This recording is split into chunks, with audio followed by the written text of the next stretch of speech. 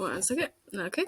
I'm going to have to re-record this because my last one was like 20 minutes because I was explaining going on because I was so excited about everything I was explaining. But anyways, so this one's going to be closer to 5 to 10 minutes.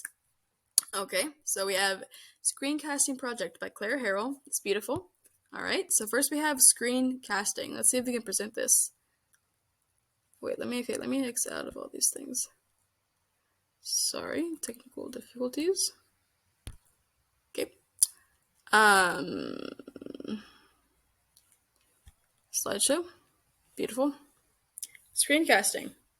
Don't know where that picture went, but I think it's on the slide. Yep, it's on the slide. Screencasting, okay? I'm going to talk about it.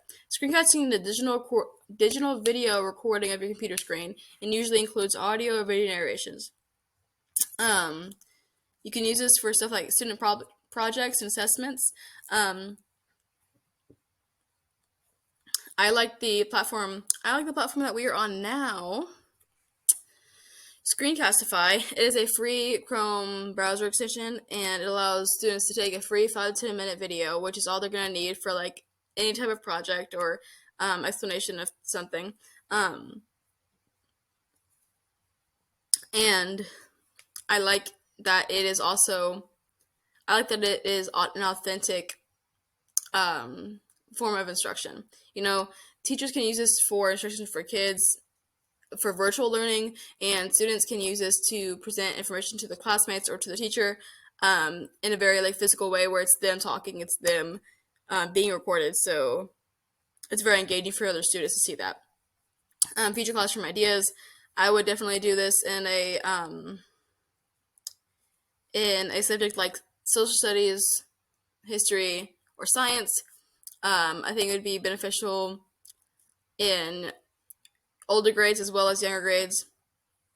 I would have them sorry about that. I would have them go through and tell, okay, this is I would have them go through and make a slideshow about a certain subject that we just went over, or a certain subject, and have them talk to it and teach the class about it. And maybe that could be like a lesson for the next day, an intro to the lesson, because it's only a few minutes long, and then we can get into the meat of the lesson. So I think that'd be a great project for them to do for the screencasting.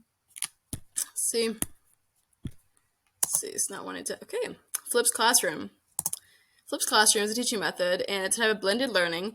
It inverts the traditional order of instruction, so it has the where first students learn about it online, learn about the instruction, maybe have a lecture or a video of the teacher explaining something online, and they come in the classroom and they have the hands-on activities and the discussion really and problem-solving activities to be engaged in that.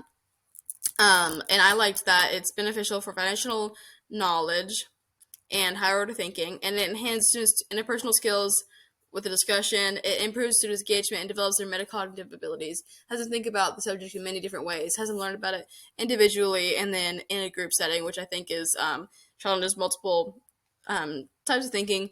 And I would use it in higher grades, definitely 3rd through 5th. I would use it in a science lesson, potentially something like this. And this one covers photosynthesis and has a whole lesson plan on what to do in class, what to do outside of class, and activities. So if we go ahead, see here. Here we go. There we go. Freebie Flips Classroom lesson plan. And so this is like the Flips Classroom lesson plan. It has in-class activities, group discussion, hands-on experiments, and homework. Excuse me. So definitely good for higher grades. Blogging. This is a great resource for an English class. I feel like for high grades, it could be, a blog is a website that contains online personal reflections or ideas about a certain topic. And I feel like students can use this in classroom discussion, or as, teachers can create a monitored social media platform. It's obviously safe for students online where they can, interact and discuss with people. I like that it's, the safety aspect for it. Teachers can create their own website and maintain their students' blogs, but they can also be flexible with blogging and really write about their interest in this certain topic or subject. So I feel like this would be beneficial for English, and I found this For older grades, creative writing, narrative writing. This teacher by teacher template. Oh, well, this is the website that you can use, Weebly. I used it in high school. It's great. And sorry about that. This is the teacher by teacher my summer blog. Again, for upper elementary, and it just goes through, and you can use it as a introduction to the semester for your upper elementary, and have them blog about their summer and all the things that they did in it. So it's very personalized, and it can be very good for students to be interactive. Kahoot is one of my favorite things. We have Kahoot right here that we have in the bottom left. We have Plickers, and then in the bottom right we have Clickers. Okay, student responses systems, they help teachers and instructors put the questions before the students in the classroom and have them know the knowledge of the student in that moment. Okay, so I like that, especially it's a great means of formative assessment. Allows teachers to target students who need specific help in areas, and also know the strong suits of what they're teaching well and what they need some repetition on. Future classroom ideas would definitely be Kahoot. I've had lots of experience with Kahoot in my educational career. I would allow them to do it on Chromebooks, and I feel like it would definitely be beneficial to do this prior to a test day, because you do it before a test day. You have the questions that are on the quiz in a Kahoot. You do it full class, and you see maybe some students answered 7 answered right, 10 answered wrong. So you go over why the wrong answer might have been, chosen, why it was tricky, and why the answer was wrong, and why this answer was right. So students know too, not only you, but students as a learner know, okay, I need to know this for tomorrow's test. I need to do some more studying on this. Gamification. Gamification is application of typical elements of gaming, point scoring, competition, rules of play, badges to the classroom. I liked how you could personify your character and make it unique to every student.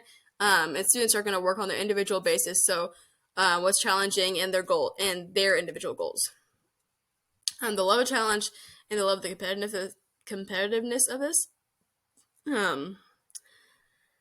And I would use Class Dojo as a form of behavior management with students. I would use Dojo dollars, or even behavior management charts, little Dojo characters on each student's desk, maybe if they have behavior issues, to say, hey, if you get this thing, then you get this many Dojo dollars, or this many points, and then you get this prize at the end of the week. So one thing I found on Teacher by Teacher, let's click on this, is just an example. It's called Dojo dollars.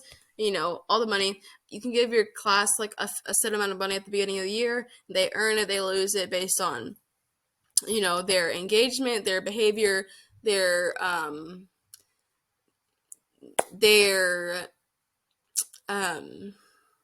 motivation towards like the task that they're doing, and their progress and meeting their goals educationally.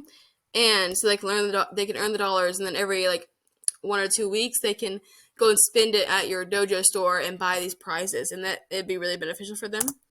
Augmented reality, all these things are augmented reality. You basically scan something with your iPad or phone, or even Chromebook, and it brings that thing to life. So you have to go on a website and sign up and program it that way. But I found this platform called 4D Elements, and I really like how it gives you a hands-on manipulative without it gives you a hands-on thing that you can see and hold, and it's a little bit more cost-effective than VR. So this is 4D Elements. You can go ahead and go here, press play on this, sound is off. So you get this handout. You get this handout, students cut it out, and then at the end you can move the cube inside of this augmented reality, and it shows, here's the element. Okay, this is for a science class, for example. And then you can move 2 blocks together to make a compound element, which is really cool to me. Let's see. Boom. Epic. So that is very cool. Trying to get this one faster. Virtual reality. Okay, so we have virtual reality. I love this idea. Virtual reality is generated simulation of a 3D image or environment that can be interacted with, seemingly in the real world, but it's on a electronic screen, and you can have hand sensors, and you can have a helmet with the screen inside of it that allows you to see the virtual reality. the examples of this are a VR field trip. It sends you back through a time and event.